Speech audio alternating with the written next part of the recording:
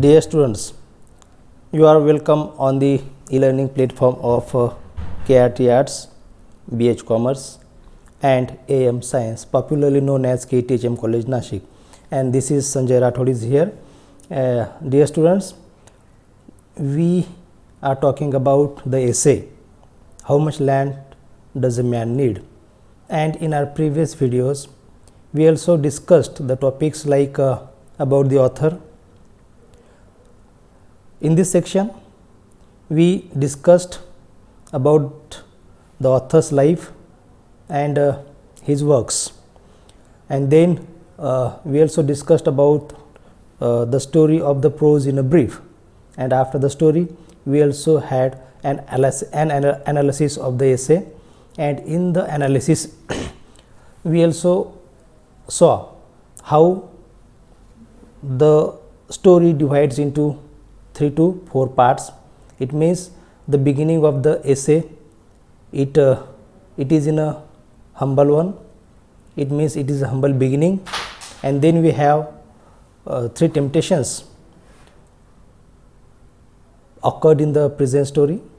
Then in the next part of the essay, there is a challenge of Bashkirs to the Pehom, and at the end of the lesson we come to know that the moral lessons of the chapter to Pehom as well as humankind.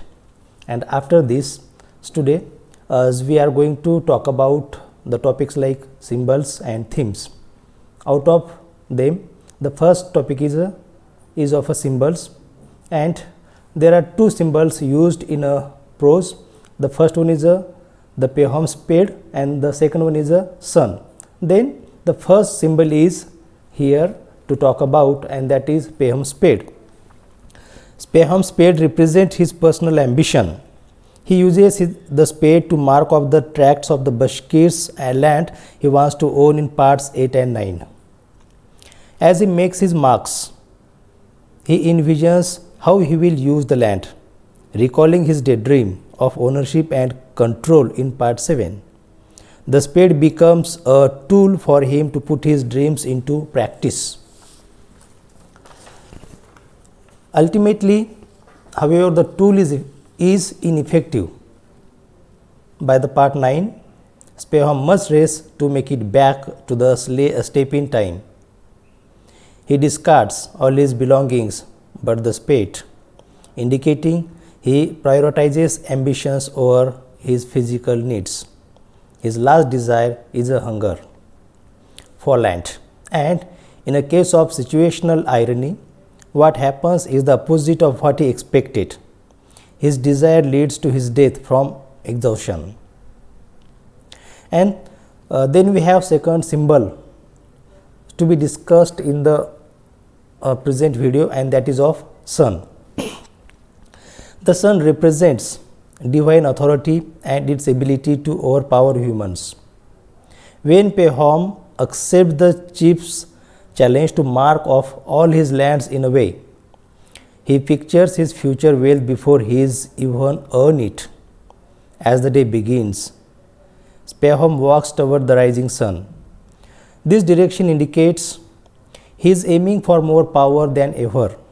He believes he controls his own fate, placing himself on a footing with the divine. But the sunlight takes a physical toll on Pehom as the day goes on. His heat exhaustion shows that his ambition is futile against the larger forces of the nature. It means that man is helpless while fighting with the nature, because nature has such a power to control the whole universe as well as the whole humankind too. When the sun goes down, the narrator adds the ominous statement, "The sun waits for no man." It means that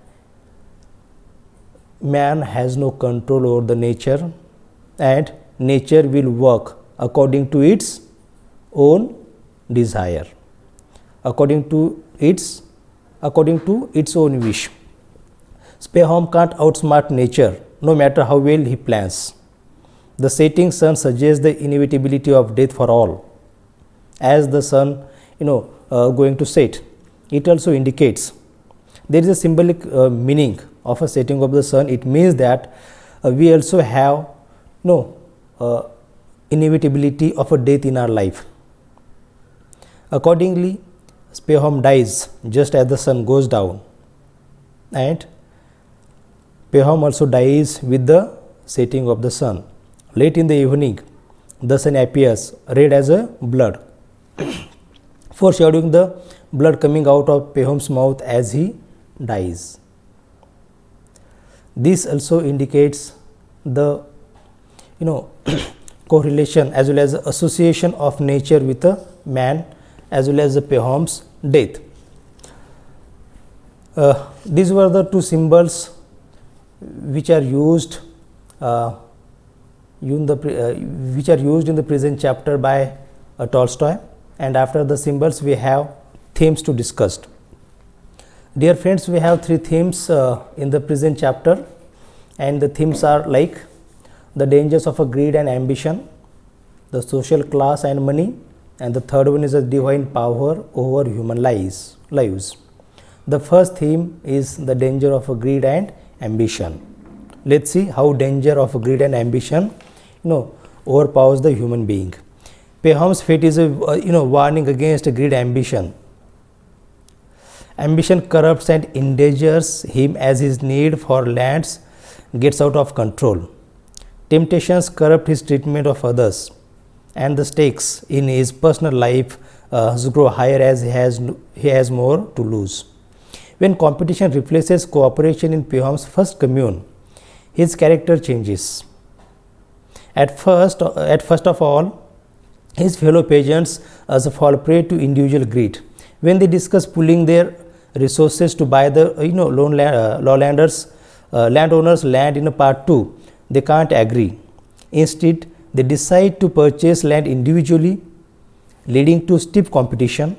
Once Pehom gets his own land, he sees his personality transformed despite his best intention, and he forgot what he talked in a part first of the prose.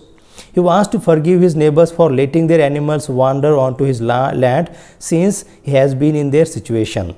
When he was poor, then he thinks that one should forgive if somebody's cattle as well as animals wander onto someone's land, because sometimes it happens. But as he becomes the owner of the land, he transforms from his natural attitude to the artificial one. He takes on air of moral superiority, determined to teach his neighbors a lesson. Later he accuses the commune judges of dishonesty and his neighbors of theft. His pompous protective attitude towards his land increases the resentment in community already feels toward him. When he moves to a new commune, he sees his neighbors as direct threats to his own plans. Pehom's character's developments demonstrates how personal ambition can override compassion and fellowship. Pehom's hunger for land also means others can easily take advantage of him.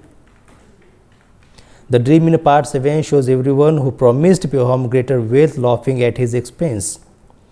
It implies he was foolish to trust them in the first place. Similarly, he attempts to outsmart the Bashkirs by taking as much of their land as possible. The story frequently hints that Pehom should contend with this present lot rather than striving for more. Though his life as a poor peasant is hard, his needs are met and he knows what to expect. Tolstoy warns against the slippery slope of desires exceeding needs. When Pehom buys his first plot of land at the end of the part 2, he sees the grass and flowers differently. This is a sign he is becoming attached to his belongings. He sees the land as an extension of himself. As his land holdings grow, he spends more money and his anxiety increases. By part 4, he is fighting his neighbors for farmland. The final challenge of the Bashkirs is an all or nothing gamble. Either Pehom will become extremely wealthy or he will lose everything. Tolstoy employs dramatic irony throughout the story. The reader sees Pehom's coming destruction, but Pehom doesn't recognize it himself until it is too late. By the time he learns it is impossible to have everything he wants, the effort has cost too much. Dear friends, remaining part we will discuss in a coming videos. Thank you.